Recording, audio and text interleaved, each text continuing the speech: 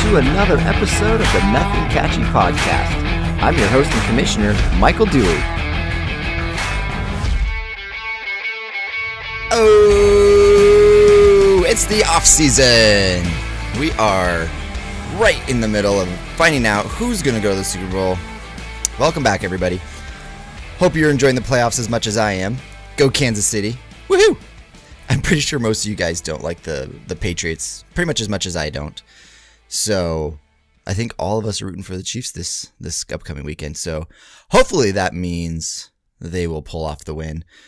We'll find out. I've kind of shifted things around a little bit with the podcast to try to be a little bit more organized, not quite so sporadic. So on today's show, we're going to talk a little bit about free agency and potential trades within teams.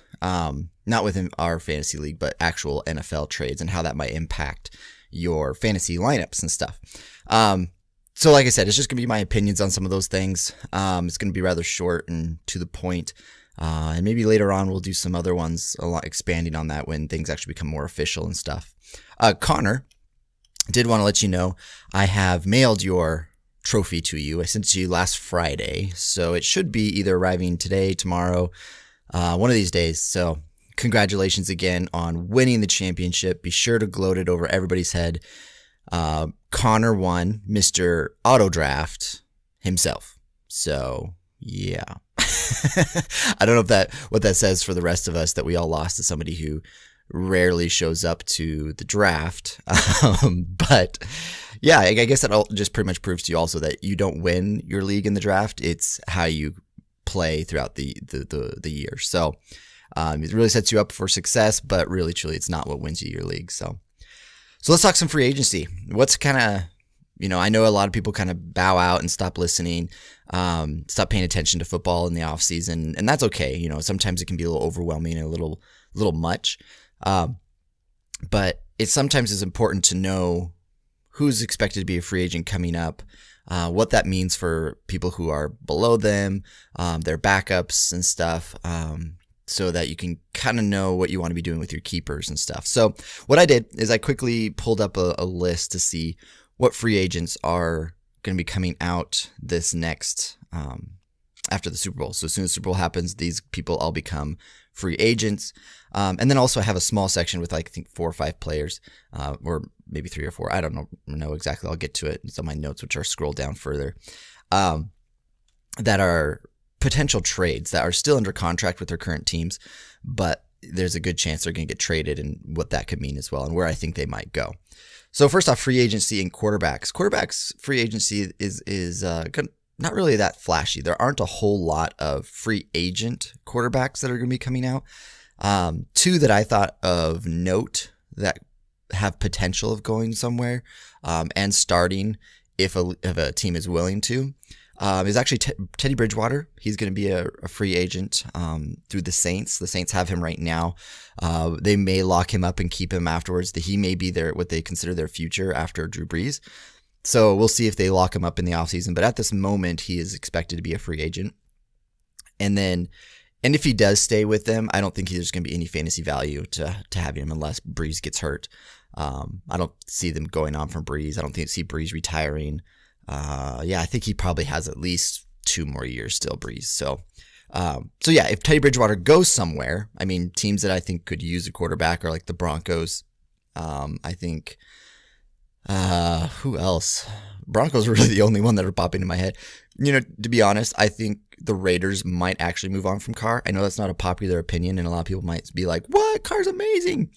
But I always get nervous whenever a new coach comes in, especially one who has been notorious for trading people away. We'll see what he decides to do with Carr. That would be John Gruden, by the way, what he chooses to do. Because, he sent a first round. We got a first round for Khalil Mack and a first round for Amari Cooper, who I think are actually better players than Carr personally. RG3 is another player who is a free agent. He's my dark horse. I think he can play. I think he has some skill. I just don't think he's ever going to be as a starting quarterback anymore. I think he had his chance. I think people kind of the league has changed. The league has moved on from him. I don't think he has It's kind of like when when you're not in the league or not practicing your skills for a long time, it gets really rusty and could take a long time to come back around. As well as the league was much different when he came in. When he came in, it was first learning about the whole running quarterback. That was the big thing of like, ooh, a running quarterback. And then since then, it's moved more to the read option quarterback. He can do the read option because he's a running quarterback, but I just don't know if a team's going to be willing to take a risk on him or not. Especially since a lot of people have who they want to have, and they'll just draft somebody so it's less of a cap hit. So that pretty much rounds up my quarterbacks who are free agents. Like I said, it's pretty small and pretty rare. The next thing we have is running backs. Here's the thing with running backs. Running backs are such a dime a dozen that even though there may be a big name on this free agency list, they may go to some place and never be a starter. Many places will kind of move on from the running back really quickly. I mean, look at the Chiefs. The Chiefs had the third leading rusher. He got kicked off the team, Kareem Hunt, and it hasn't changed anything with their running back situation. A lot of running backs are scheme dependent. There are some who are not, who will almost always succeed.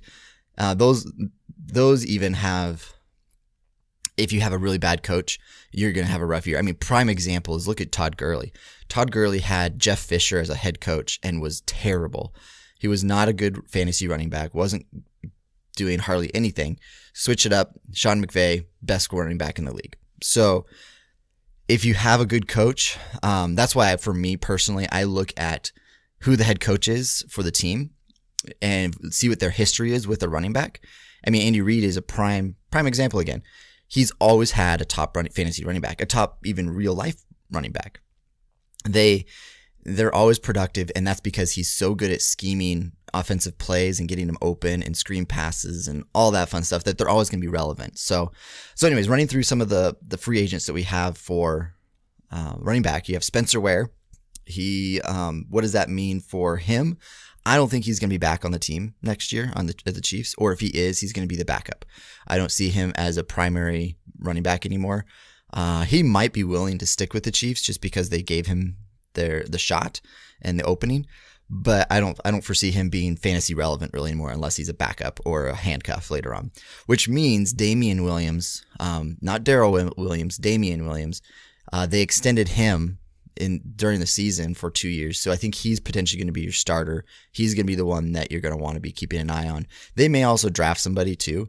So keep an eye on that situation. But Damian Williams is right now at this moment on 1/12, January 15 of recording. He would be the one I would want to be keeping an eye on. Kareem, he's a free agent. Yeah, Kareem Hunt. I put him on my list. There's some rumors and some discussions that he met with the Bears organization, and the Bears haven't ruled out bringing him on. That's a touchy situation, and that's a long conversation that we can have at a different time. I have some opinions on that situation, and they may not be popular ones, I know. Short version is I think he should be given a second chance. I think he was rightfully released from the Chiefs because he lied to the organization, lied to their employer.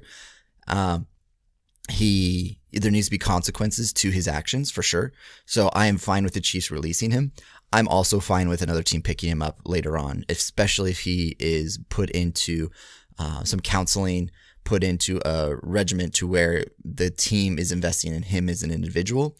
Because again, I believe in second chances. I believe in people being, not a one-time you're done kind of a thing.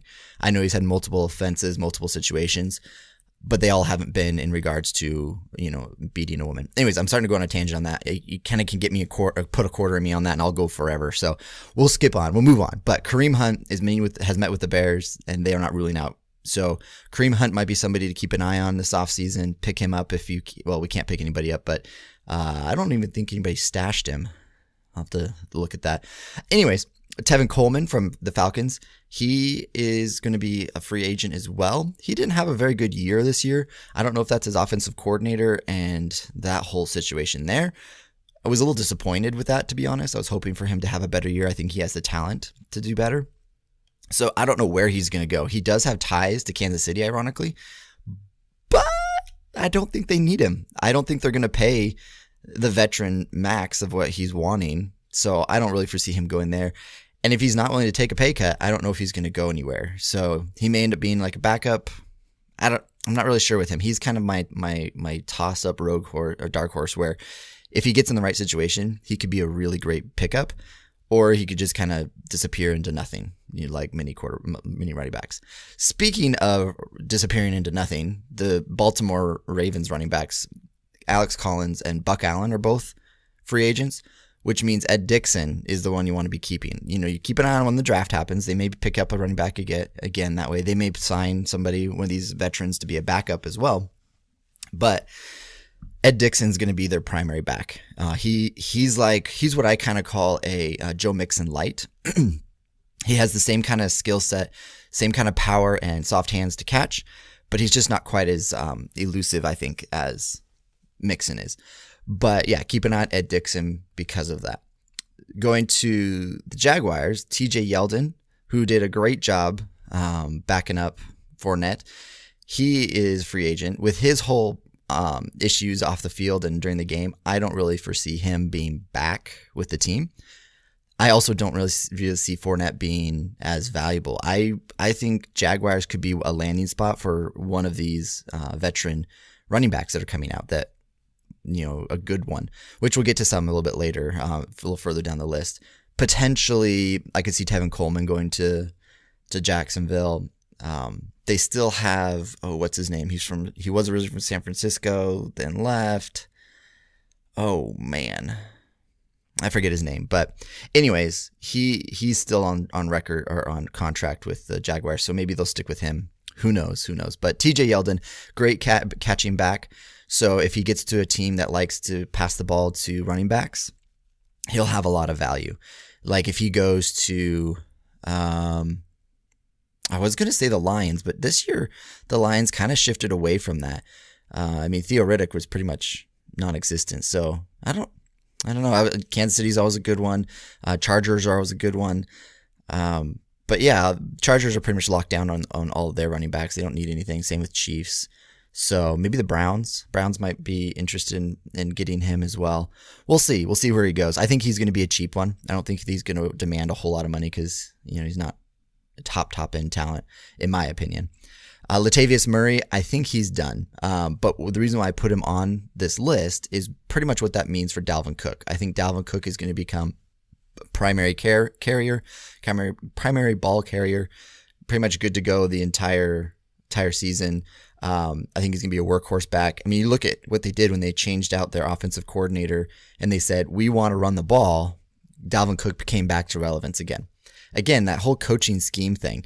If you get a coach who wants to commit to the run and they have the talent, those two combinations, you're going to get those workhorse backs. And I think Minnesota, Dalvin Cook's going to be a great pickup / keeper if you have him on your team, which I think Darren traded him to me. So thanks, Darren. Appreciate that. Next we have Mark Ingram. Mark Ingram is going to be going on free agency. He's interesting. I think he still has, fuel in the tank. I think he's still got some legs on him. I think he can still contribute and be viable. I think he's going to be one of the top running backs sought after this offseason. If he leaves the Saints, though, that means Alvin Kamara is going to get an even bigger bump. Alvin Kamara was already a big bump. He was already pretty dominant in what he does. But I think Mark Ingram leaving would give him even more of a bump. So, yeah, so if you have Alvin Kamara, definitely keep him. He's one of the top keepers, I would say, for sure. But yeah, keep an eye on where Mark Ingram goes. He could very well go to Jacksonville as well. Who knows? Who knows where he goes? But I think he's one of the top free agent running backs for sure that are coming out. Then the top free agent running back is going to be Le'Veon Bell. A lot of people kind of speculate, well, can he actually be a free agent? He didn't actually go through the year. Well, looking into the rules a little bit, he is actually indeed, even though he sat out the whole year, still eligible to be a free agent. Why? Because he was a free agent before they franchised him. So because he sat out, it's like the franchise tag just didn't happen. So they can franchise him again if they wanted to. But they won't. I think there's been too much bad blood. There's too much, frustration on both sides that, yeah, I think he won't go back to Pittsburgh. He's going to get the pick of where he wants to go. At first, when he first was sitting out, I thought Colts are going to be where he goes. Colts are a great pick, great location. Oh, I just realized the Raiders need a running back. The Raiders could probably use Mark Ingram. I could see him going there, Tevin Coleman going there. I see a lot. They're going to be trying to pick up a lot of them because Marshawn Lynch is a free agent, but I think he's going to retire. I think he's done.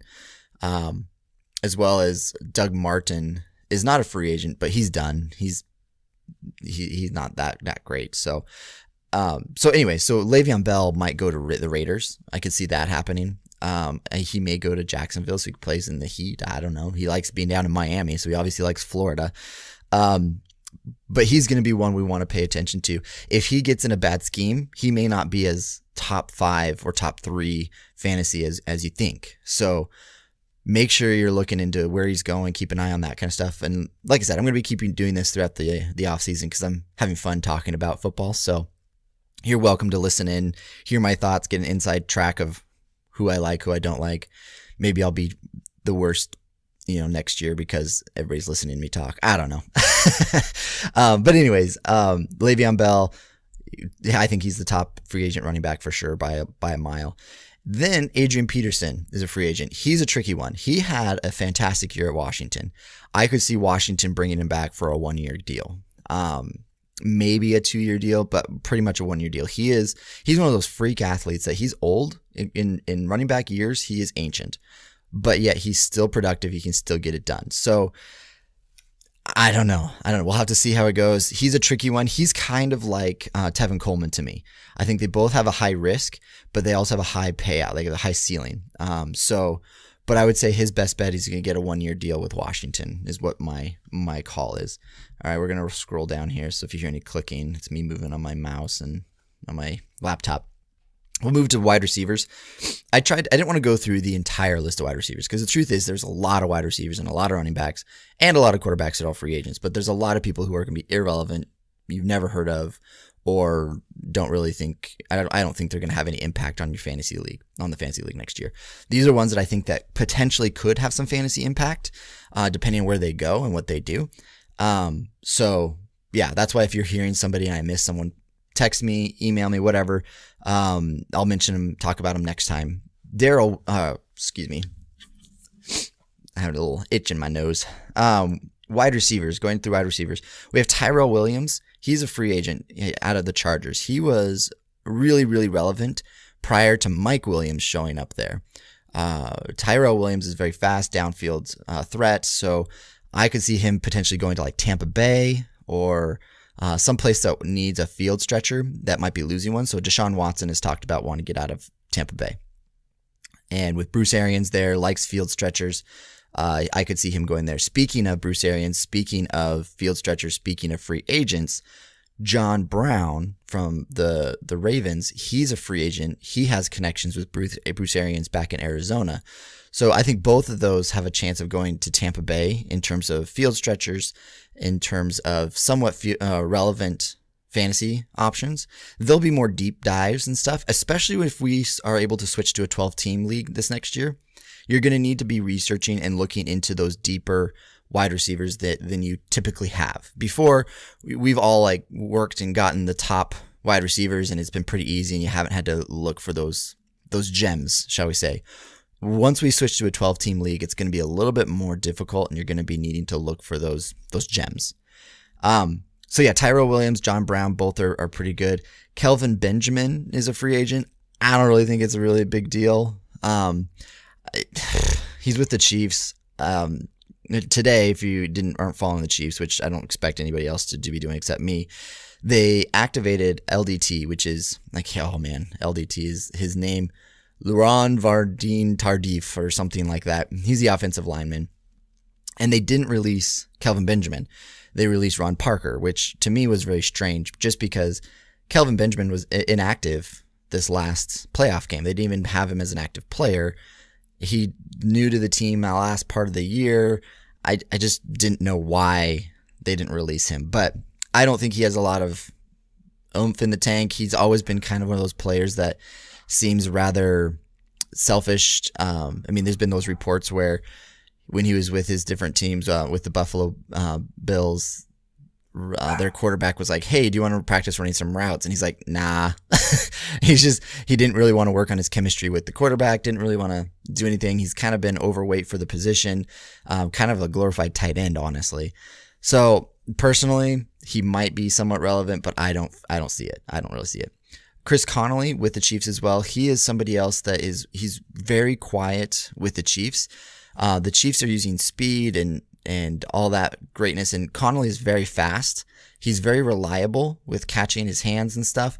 He's never really been the primary number one, though. So I would say, again, depending where you go, depending on the situation, if he stays with the Chiefs, I don't think he'll be relevant because there's too many mouths to feed in that area. But if he goes to a place with a competent quarterback and is the legit number two, like hypothetically speaking, if he goes to the Patriots, I would say he would be a good wide receiver pickup for sure. He'd be a good outside threat, and I think he has great connection, great hands and stuff. So, but he's, again, one of those dark horses to kind of keep an eye on.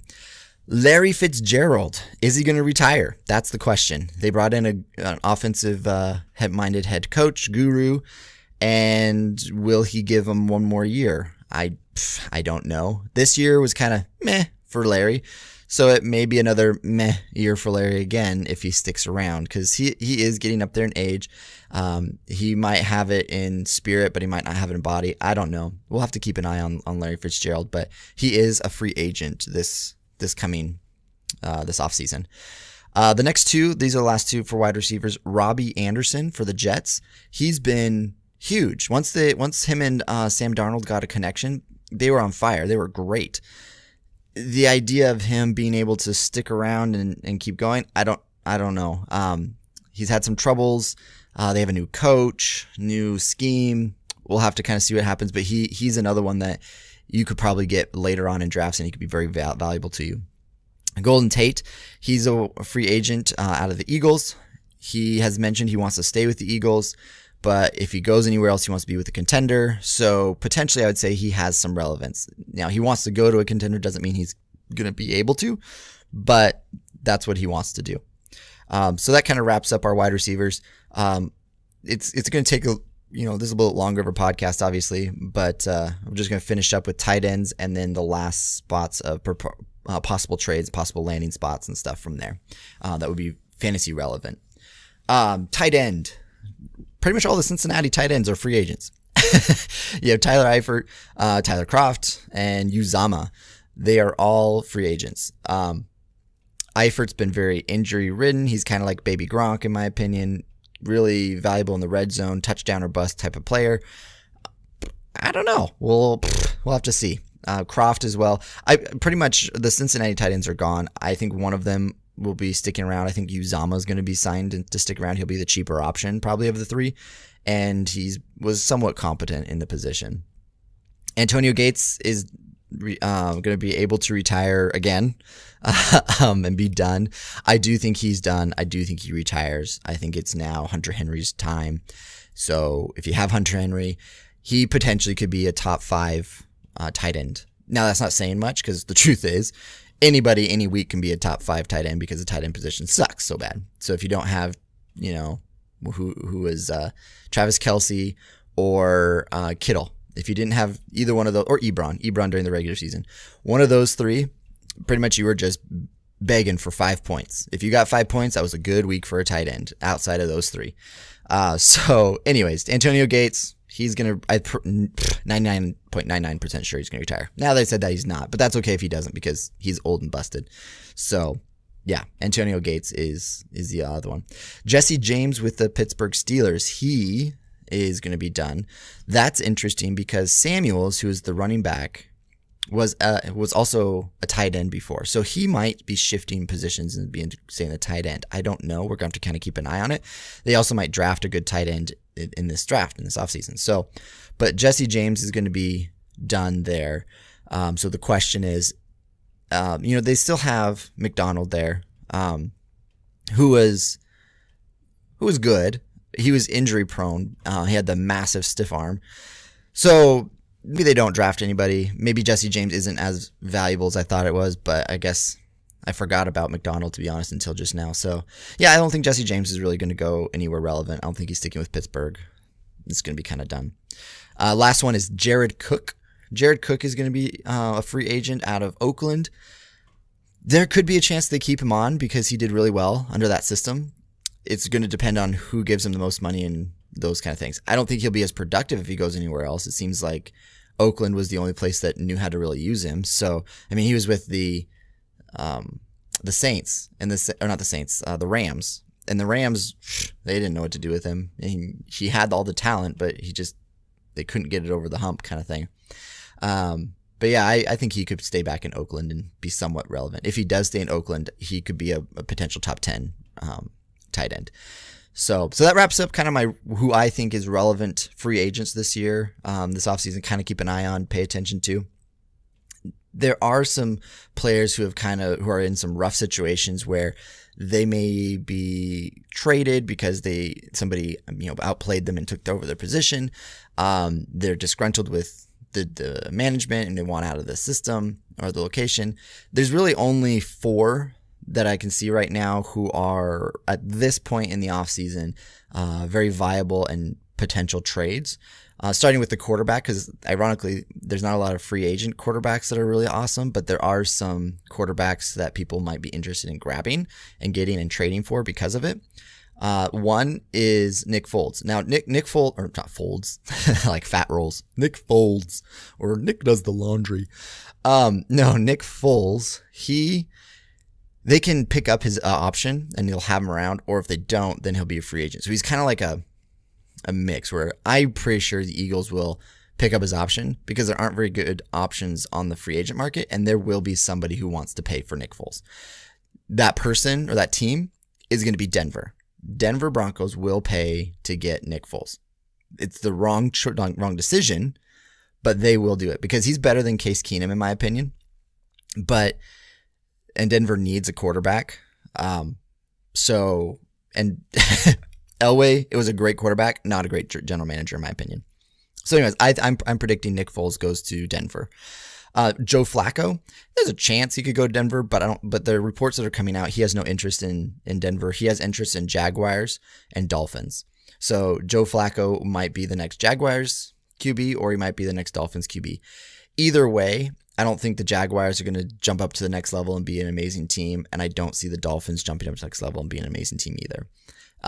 Flacco is competent quarterback, but he was like a one touchdown kind of quarterback. Unless he gets to this crazy offensive location and they're able to pull out an amazing talent out of him that he didn't have before. He had a great deep arm, and then after that kind of got taken away. He kind of was like, meh.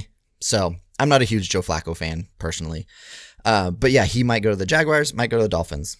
Means Blake Bortles might be up as well. I didn't put Blake Bortles on this list because I don't really think he's going to be that relevant where he goes.